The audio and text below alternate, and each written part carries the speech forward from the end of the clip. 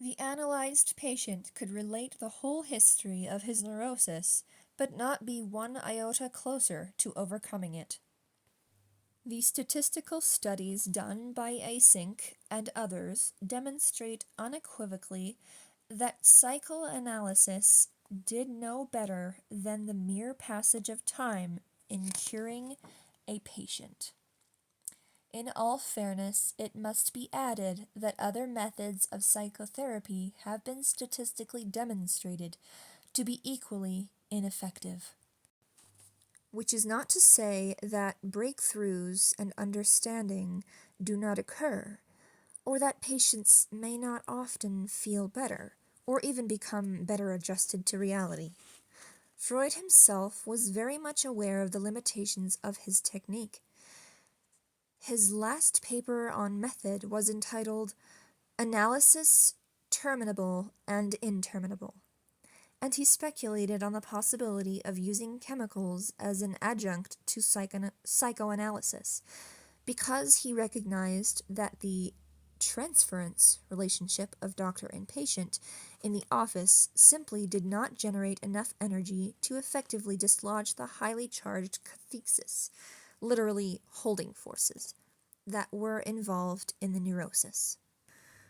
I find no evidence in Freud's writings that he ever broke through to the unitive perception of the continuity and interconnectedness of all life, or to the ecstatic freedom that comes from recognizing the acquired personal relativity of one's concepts and beliefs. In fact, his formulations tended to become more deeply pessimistic as time went on. Originally, he had stated that there was a basic clash between the pleasure principle and the reality principle, and in Civilization and its Discountants, he argued that the repression or suppression of pleasure was the price we had to pay for the, quote, reality of culture. Conversely, then, the highest manifestations of human art, creativity, and religion were interpreted as sublimations of the sex instinct.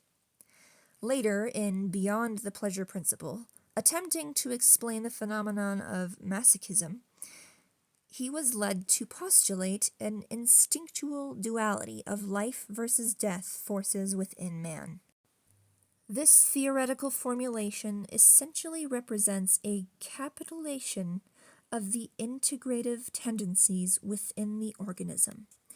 The masochistic mechanism which perverts, literally turns aside, the basic generative life energy, is elevated to the status of a cosmic, insurmountable principle.